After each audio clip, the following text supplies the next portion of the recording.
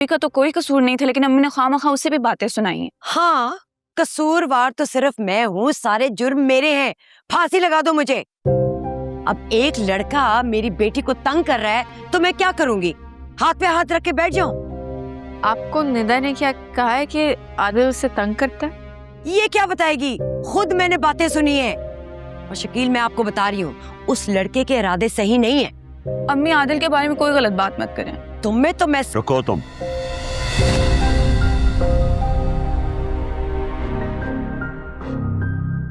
फूफा जान, फूफो ने जिस तरह की ज़बान छवि के खिलाफ इस्तेमाल की है, मुझे लगता है उन्हें माफ़ी मांगनी चाहिए। किशोर किसी से माफी नहीं मांगेगी। मुझे लगता है इस बार किशोर गलत नहीं है। अगर इसने कोई ऐसी वैसी बात सुनी थी तो इसका वहां जाना बनता था।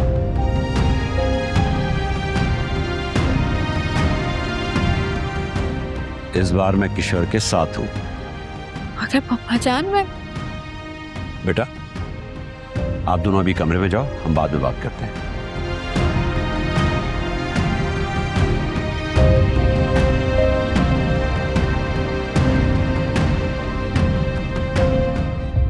ये क्या कर रही थी तुम?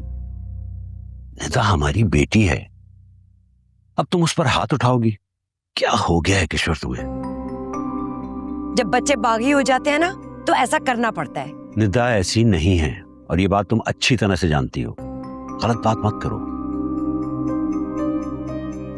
अच्छा चलो आओ, मुझे तुमसे जरूरी बात करनी है। हाँ, मुझे भी जरूरी बात करनी है। उन नेता के लिए ना मुझे 2 बड़े अच्छे रिश्ते मिले। अच्छा चलो तो। वो एक लड़का है, खाते पीते खानदान का लड़का है। मुझे तो लगता है हमें उसको एक नजर देख लेना चाहिए। क्या कहते हैं? शकील, शकील, शकील, आप क्या कर रहे हैं? दरवाजा नहीं आप बंद कर सकते? शकील, मैं कह रही हूँ दरवाजा खोले, वरना मुझसे बुरा कोई नहीं होगा। आप मुझ पे दरवाजा बंद नहीं कर सकते। फजूल बोलना बंद कर दो, तब दरवाजा खुलेगा। क्योंकि तुमने पूरे घर में तूफान मचा दिया है, परेशान करके रख दिया हम सबको। शकील, मुझे मजबूर ना करें, मैं पुलिस को बुला लूंगी। दरवाजा खोले। मैं कसम खा रही हूँ, मैं अब रिश्ते का भी नहीं सोचूंगी, बहुत बुरा होगा। फूफा जान, क्या कर रही हैं आप? तो क्या करता? देख नहीं रही उसकी मनमानियां किस तरह बढ़ती जा रही हैं और उसका नुकसान अब लोगों को हो रहा है। 2-4 दिन अंदर रहेगी तो शायद अकल ठिकाने पे आ जाए। लेकिन फूफा जान, ये ठीक नहीं है, इससे तो घर का माहौल खराब होगा।